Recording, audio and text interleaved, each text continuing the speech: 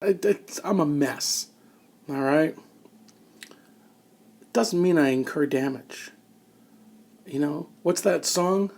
I fall down, I get up again. Ain't never gonna keep me down. I'll tell you what, guys. When I come back, whoever can identify the name of the band and the song of that wins a prize. Not very easy to name that band and the song, and no fair looking it up on Google. All right? I see some of you right now reaching for your clicker. You're going to pause this video and you're going to go to Google and you're going to type those words in and you're going to try to come up with no fair. If you know it, you win a prize. You have to actually show damages. Okay? If you fall down and get up and you're fine, there's no negligence. Because there's really no reason to sue. There's no negligence. You have to show actually that you're damaged, that you're actually injured. That injury may occur or may show itself later than the date of the incident. If any of you have ever been in a car accident, I certainly hope that none of you have, because it is a harrowing experience. But you know the next day you wake up and you're sore, and maybe your neck hurts a little bit. Maybe your shoulders hurt, right? Those injuries show up a little later, but you actually have to show definable injury. Okay, so you've got 3 of the elements of negligence: legal responsibility, breach of that legal responsibility, and damages. Now here comes the hard part. The hard part is connecting the breach of the legal responsibility to keep you safe and the damages. Did breaking your responsibility to keep you safe cause the injury? If you have a legal responsibility to keep your floor clean and you allow a banana peel on the ground and somebody slips and falls, did one thing cause the other? Now, there's 2 ways to look at this: direct causation and indirect causation. Oh, hopefully you were all saying it along with me. Direct causation and indirect causation. Direct causation, we also call this but-for causation. But for one thing happening, the other thing never would have happened. All right? Really, the easiest thing here is the wet floor. Okay, you have a stadium. You are the general manager of a stadium, and there's a wet floor. You have a responsibility to make sure that your floor is clean and dry. Somebody walks along, slips on the wet floor, falls, cracks their head. They would not have fallen if the floor was clean and dry. But for you screwing up and allowing the floor to be wet, they never would have hurt themselves. One thing directly causes the other. Your breach of the legal responsibility to keep people safe directly led to the person's injury. Make sense? Fantastic. Because the next one's kind of hard. The next one is indirect causation. Direct causation, indirect causation, which I like to call roadrunner causation. Nobody else in the law calls it roadrunner causation, by the way. Don't go talking to your Uncle Mark, who's a lawyer, and tell him, hey, I learned about roadrunner causation today, because he won't know what the hell you're talking about. I'll explain to you why it's called roadrunner causation. At least I call it that, right? You guys all know the roadrunner, right? And how's Wile E. Coyote try to kill the roadrunner? Does he just take a shotgun and blow the roadrunner's head off? No, that would be too easy. What he's got to do is he's got to create the most elaborate system possible. He puts a piece of cheese down in the road what's going to happen is the Roadrunner is going to pick up that cheese. It's going to allow ants to walk across the street, which is going to allow a bird to fly in the air, which is going to allow a ball to go bing, bing, bing, bing, back and forth, back and forth, back and forth, until it falls in a hamper, which is then going to allow, Acme Anvil, right, to fall on the Roadrunner. 47 things have to happen between the Roadrunner picking up the cheese and having the anvil fall on his head. Well, these 47 things, think of it as indirect causation.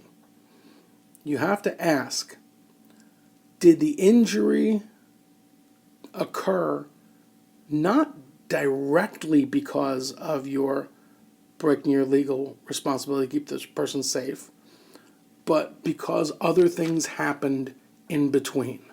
I'll give you a great example. So I'm at the Florida Panthers hockey game a couple of years ago.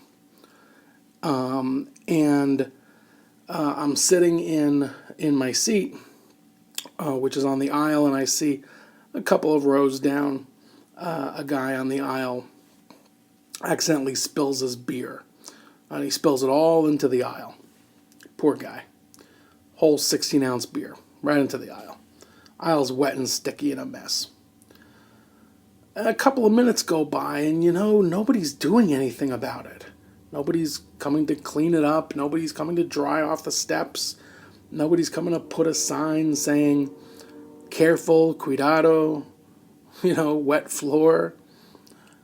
And sure enough, here comes down the stairs a guy carrying a tray. The tray had, it was a drink carrier. He had 4 drinks. It must have been 2 beers and 2 sodas, right?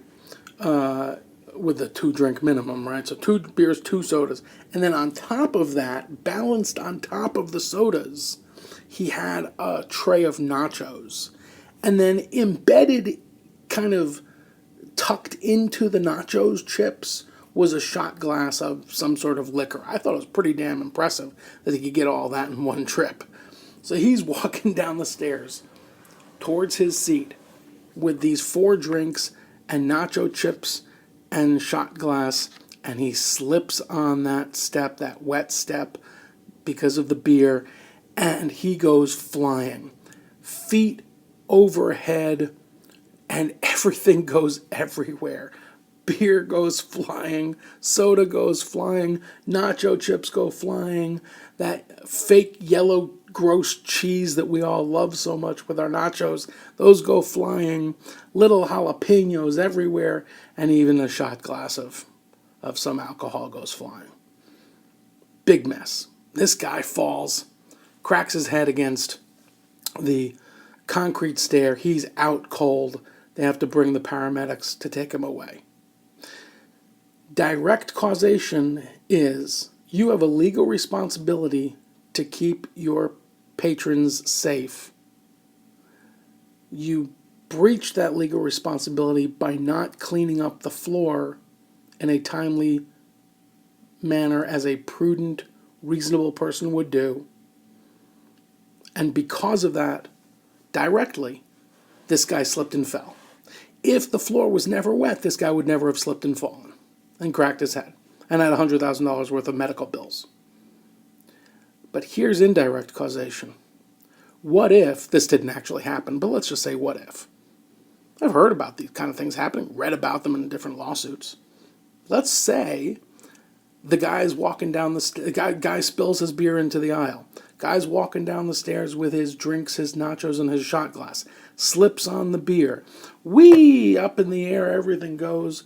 Beer, soda, nachos, nacho cheese, jalapenos, and shot glass all go flying in the air. Guy cracks his head against the stairs.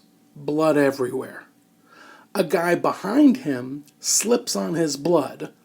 Ew, I know, gross. Falls and cracks his head.